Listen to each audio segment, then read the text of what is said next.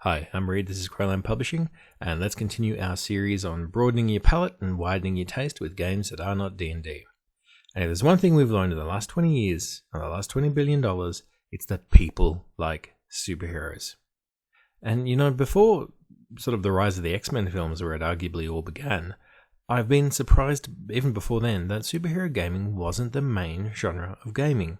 It's really fun, it's exciting, your characters are always super cool, they have lots of interesting powers, they're big, they're famous, they're good, you have a huge broad base of inspiration for how to play these games. You know, there's thousands of comics produced each year for 50, 60, 70 years.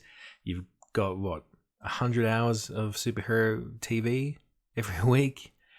20 films released each year. There's so much inspiration for how to run a superhero game and how to be a superhero, and clearly people really, really like them. It's a very, very popular genre, but superhero gaming isn't the main form of ttrpg, and I've got a few ideas why. So let's talk about what superheroes are good at in terms of ttrpg. Let's have a look at what they're bad at.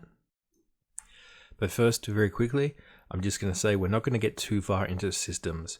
You can play a superhero kind of game with any sort of rule set. I've done them in D&D. There's another video around here somewhere about that. I've used Shadowrun rules, all the rest of it. But I find that because you need to have a game that can model very, very different power levels between characters, you've got to be able to do Batman and Superman on the same team. You might want to use specific superhero role-playing systems. I really, really like Icons, the Fate hack for supers. I really, really like the old Phase Rip, the old TSR Marvel. Fantastic game system. I use it actually for Exalted.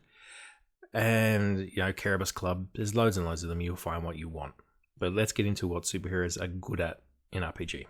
Now, there's loads and loads of stuff that's really exciting about superhero RPGs.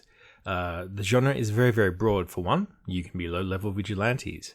You could be a champion of the gods. You can be a space cop. You can be an Atlantean magician. You can be a dinosaur ghost. There's very little that you cannot play if you are in a superhero RPG. Any character concept almost can go for it, from really serious, dramatic to silly. I'm a crime-fighting clown sort of characters. Ninja Lizard? Yeah, go for it. Hell yeah. Man with blender for nipples? Go for it. Robot Cop? Yeah. Barbarian Warrior?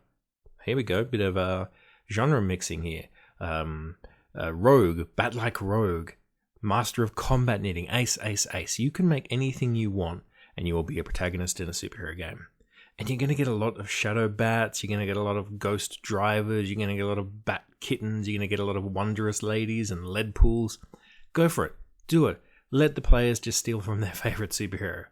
I just let them play it. Like, oh, I'm going to create a character like Batman. Just play Batman. I thought we were in the Marvel Universe. I don't care. Play it. Now, superheroes are actually also good because they're very easy for new players to learn. And one of the reasons is that in a lot of games, PCs have very broad skill sets. There's a lot that a PC can do. A Call of Cthulhu character can specialize in any amount of skills, or D&D rogue. But superheroes are very, very specialized. You literally can't overload them with a huge amount of abilities and powers. Even a character with a lot of powers, like Superman, well, ultimately, most of his fights come down to he punches, he flies around, he can get hit and absorb a lot of damage. And every now and again, he'll use his heat vision or his cold breath or whatever, but you know how Superman fights, and you know what a Superman fight looks like. Captain America, punch. He chucks his shield, and sometimes he gives a speech. Storm. Lightning. Flying around. Storms. Hinting the name. Wonder Woman, same thing as Superman. She has loads and loads of powers, but ultimately, she fights, she knows how to punch, and occasionally she will lasso. Superheroes are very good at 2 or 3 things, and that's fantastic for new players. It's also great for you as a GM because you get to do something that you can't do in many other kinds of RPGs. You can split up the party. Wolverine can go into the sewers, sneak in, silently take out the ninjas. Jean Grey holds off the army of Sentinels. Superheroes can operate alone better than D&D characters can. Don't do it all the time because it's just a complicated thing to do as a GM, just keeping everybody on the same page and interested. But superheroes can really let individual PCs shine. As a DM, you get to set your adventures anywhere. You get to design in spaces that you can never do in D&D. Heroes, I need your help in 1666 to fight Atlantis from dinosaur times. Superheroes, Proxima 7 in the Rigel system, it's gone. Do you have a rocket? Oh no, superheroes, it's the Dark Empire of the Lich Master and Captain Goblin. It has risen from the dawn of time. So not only do you get to do all these different genres, you get to mix them up entirely. And if you want to do some fantasy kind of stuff, have a fantasy kind of adventure. If you want to do science fiction stuff, do a science fiction adventure. This sort of flexibility is great for players as well. Say that you don't like fantasy, you just swords and spells just doesn't really appeal to you. Wait, because the next adventure is going to be future robots. And the same thing with your actual PC. Say you get a lot of players at the table who like sword and sorcery, they might create sword and sorcery themed superheroes, and you can still go and make your cyberpunk character that you like, and sooner or later, a good GM will give you a cyberpunk style adventure. And those adventures tend to be big, exciting set pieces that are at the heart of the superhero genre. I'm not even going to talk about the millions and millions of amazing fights in comics. Let's just talk in terms of film. The Joker trying to kill Dent as the drive through Gotham City. The attack on New York and Adventures. Grunt Jesus, where Superman fights Zod for what seemed 47 hours. And in D&D terms, fighting two ogres in a torture chamber might be a really exciting climax. In superheroes, the Heli character is exploding and falling out of the sky and heading towards the world's most gigantic orphanage. They're exciting. Superheroes need to be high drama and high stakes, and because you can include so many more elements from so many different kinds of genres, there's no excuse not to have something cool exploding at some point in the game. And there's one last thing that superheroes are bloody great at, and that is role-playing and narrative opportunities. Superhero role-playing games will not necessarily work that well unless you have players who will fall in love with their characters. Insist on at least a little backstory with drama in it. If you have a bunch of, engineer types who are, I made an elf, no, tell them to fall in love. Tell them to choose their favorite superhero and just get excited about being in this person's shoes. Make a list. Ask your players to make a list of these kinds of fantastic tropes. Maybe your mentor, your teacher was evil. Maybe your parent was really, really good, and maybe your other parent was really, really evil. Maybe you were in love with someone and he died. Maybe you are completely robbed of your memories and you know that someone took them, but you don't know who. There's always got to be some sort of pain. There's got to be some sort of drama. There's got to be some sort of strife in your character that makes them want to be a superhero. Then introduce enemies into this character's life. Oh no, my sister, who was abducted by evil space dragons. She's back, but now she's evil. Once, I served the Scorpion clan. I rejected them, but they have found me. I must go or they will kill everyone in the city. No, Scorpion man, stay! You want melodrama. You want lots and lots and lots of story hooks, because superheroes are melodramatic. You got secret identities, you got clones, you got evil twins, you got monstrous parents, you got people from the future, you got people from the past, you got forbidden love.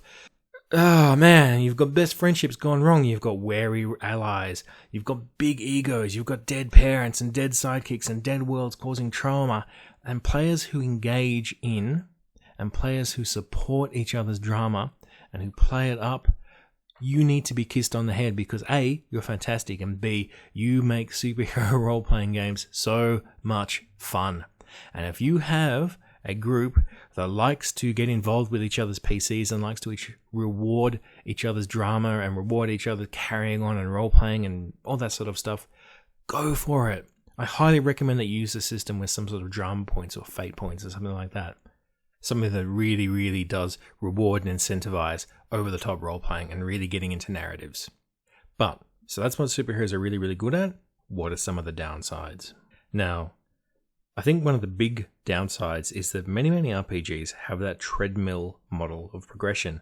You play the game, you kill the baddie, you steal the loot, you're a little bit more powerful, so you can take on a more powerful monster.